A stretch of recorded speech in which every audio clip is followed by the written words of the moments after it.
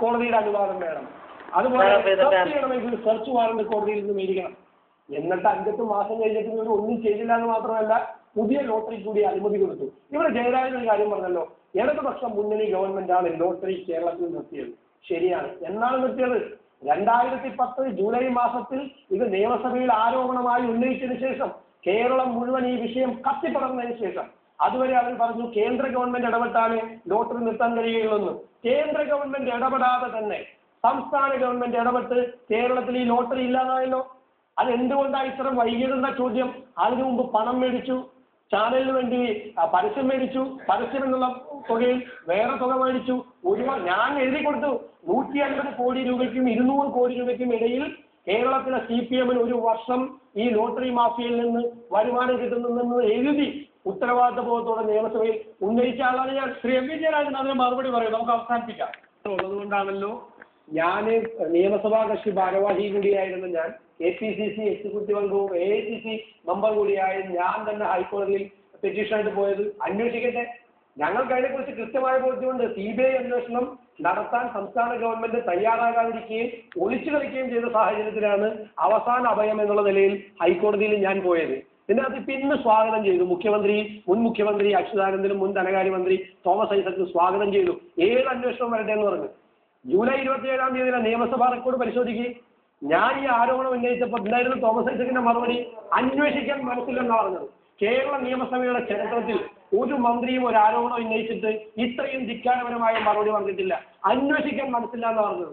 ആ അന്വേഷിക്കാൻ മനസ്സില്ല എന്ന് പറയുന്ന തോമസ് ഐസക്കാണെന്ന് ഇതിനെ സ്വാഗതം ചെയ്ത് എനിക്ക് വലിയ സന്തോഷമുണ്ട്. എം വി ജയരാജൻ, ഞങ്ങളുടെ പങ്ക് അന്വേഷിച്ചോട്ടെ, കേന്ദ്രത്തിന്റെ പങ്ക് അന്വേഷിച്ചോട്ടെ, സംസ്ഥാനത്തിന്റെ പങ്കും അന്വേഷിക്കും. അതിൽ ബുദ്ധിമുട്ടുണ്ടാവുമോ?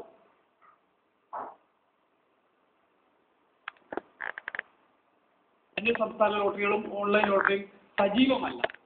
ഇതോടെ അവസാനിച്ചോ ഈ ഒരു സോഷ്യൽ ഇഷ്യൂ, ഒരു സാമൂഹ്യ പ്രശ്നം? വളരെ പ്രസക്തമായൊരു ചോദ്യമാണ്. ഞാനിത് തുടങ്ങിയത് ഒരു സാമൂഹ്യ പ്രശ്നം എന്നുള്ള നിലയിലാണ്. പിന്നീട് അതിനൊരു പൊളിറ്റിക്കൽ ഡയമെൻഷൻ കിട്ടിയതാണ്. എന്റെ ലക്ഷ്യം കേരളത്തിൽ ഓൺലൈൻ ലോട്ടറിയും പേപ്പർ ലോട്ടറിയും നടക്കരുത് എന്നാണ്.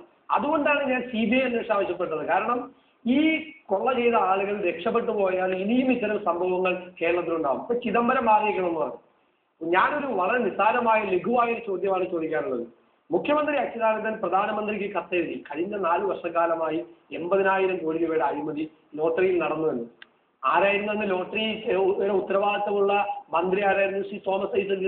അദ്ദേഹത്തെ മന്ത്രിസഭയിൽ നിന്ന് മാറ്റി നിർത്താൻ ബഹുമാനപ്പെട്ട അച്യുതാനന്ദൻ തയ്യാറായോ? ഇന്നെന്താ അദ്ദേഹത്തിന്റെ പ്രസ്താവന? അതിന് സഹായിച്ച ആളുകൾ കൂടി കുടുങ്ങും. അച്യുതാനന്ദൻ ഇക്കാര്യത്തിലൊക്കെ കുറെ പ്രധാനപ്പെട്ട നിലപാടുകൾ എടുത്ത് ഞാൻ സമ്മതിക്കുന്നു. പക്ഷേ എനിക്ക് അദ്ദേഹത്തിനോടുള്ള അഭിപ്രായ വ്യത്യാസം ഉണ്ടായത് ചില സമയത്താണ്.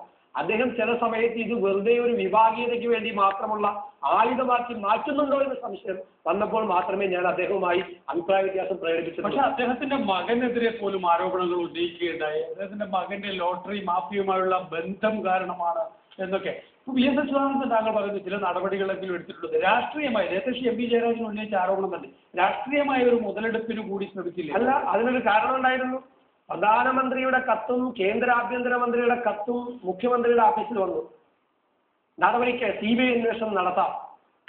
മുഖ്യമന്ത്രിയുടെ ഓഫീസിൽ നിന്ന് CB മാത്യുവിനെ അന്വേഷണത്തിന് വേണ്ടി നിയോഗിച്ചു. ഞാൻ ഈ ആരോപണം ഉന്നയിച്ചതിന് ശേഷം CB മാത്യുവിന്റെ സെല്ല് അന്വേഷണം നടത്തി. പാലക്കാട് കുന്നത്തൂർ മേട്ടിൽ സാന്റിയാഗോ മാർട്ടിന്റെ ഹെഡ്ക്വാർട്ടേഴ്സിൽ തീപിടുത്തം ഉണ്ടായി.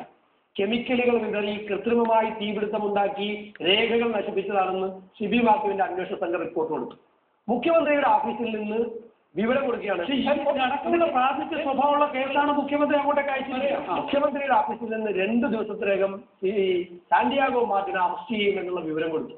എല്ലാ പത്രങ്ങളിലും വന്നു സാന്റിയാഗോ മാർട്ടിൻ 2 ദിവസത്തിനകം അറസ്റ്റ് ചെയ്യപ്പെടാൻ പോകുന്നു. ഈ പ്രധാനമന്ത്രി അയച്ച കത്തും അതുപോലെ തന്നെ കേന്ദ്ര ആഭ്യന്തരമന്ത്രി അയച്ച കത്തും ഇവിടെ പൂഴ്ത്തിവെച്ചതല്ലാതെ ഞങ്ങൾ നിയമസഭയിൽ കൊണ്ടുവന്നതിന് പിന്നെയാണ് പുറത്തു കൊണ്ടുവന്നത്. മാത്രമല്ല ഈ സാന്റിയാഗോ മാർട്ടിന്റെ അറസ്റ്റ് പെട്ടെന്ന് ദിവസം ഇല്ലാതായി. സാന്റിയാഗോ മാർട്ടിനെ അറസ്റ്റ് ചെയ്തില്ല. അപ്പോൾ ഞങ്ങൾക്ക് വ്യക്തമായ തെളിവുകൾ ലഭിച്ചതിന്റെ അടിസ്ഥാനത്തിലാണ് മുഖ്യമന്ത്രിയുടെ മകന് പണ്ടൊരു ലോട്ടറി ബന്ധമുണ്ട്. സാന്റിയാഗോ മാർട്ടിനെ അറസ്റ്റ് ചെയ്യാനുള്ള കോടതി അനുമതി ഉണ്ടായി. വേണ്ട, ഈ കാര്യത്തിൽ വേണ്ട. തീവപ്പ് കേസിൽ വേണ്ട, ലോട്ടറി കേസിൽ മതി കോടതിയുടെ അനുമതി. ഒരു സ്ഥാപനത്തിൽ പ്രധാനപ്പെട്ട തെളിവുകൾ കെമിക്കലുകൾ വിതറി മനഃപൂർവ്വമായി തീപിടുത്തമുണ്ടാക്കി അയാൾ ഇന്ന ഒഫൻസ് ചെയ്തിട്ടുണ്ട് എന്ന് CBI മാറ്റുന്നുണ്ട്. അതിനെന്തിനാ സുപ്രീം കോടതിയുടെ അനുമതി? ആ അതിന് സുപ്രീം കോടതിയുടെ അനുമതി ആവശ്യമില്ലെന്ന് ഉമ്മൻചാണ്ടി നിയമസഭയിൽ പറഞ്ഞിട്ടുണ്ട്. സുപ്രീം കോടതിയുടെ അനുമതി ഇല്ലാതെ തന്നെ TF കേസിൽ സാന്റിയാഗോ മാർട്ടിനെ അറസ്റ്റ് ചെയ്യാം. വ്യക്തമാണ്. ശ്രീ ഡി സതീശനൊപ്പം തന്നെ MV Jayarajan, Surendran, PC George വിഷയത്തിൽ സംസാരിച്ചതിനൊരു ഇടവേള അനിവാര്യമാകുന്നു. CBI അന്വേഷണത്തിലേക്ക് ലോട്ടറി കേസ്.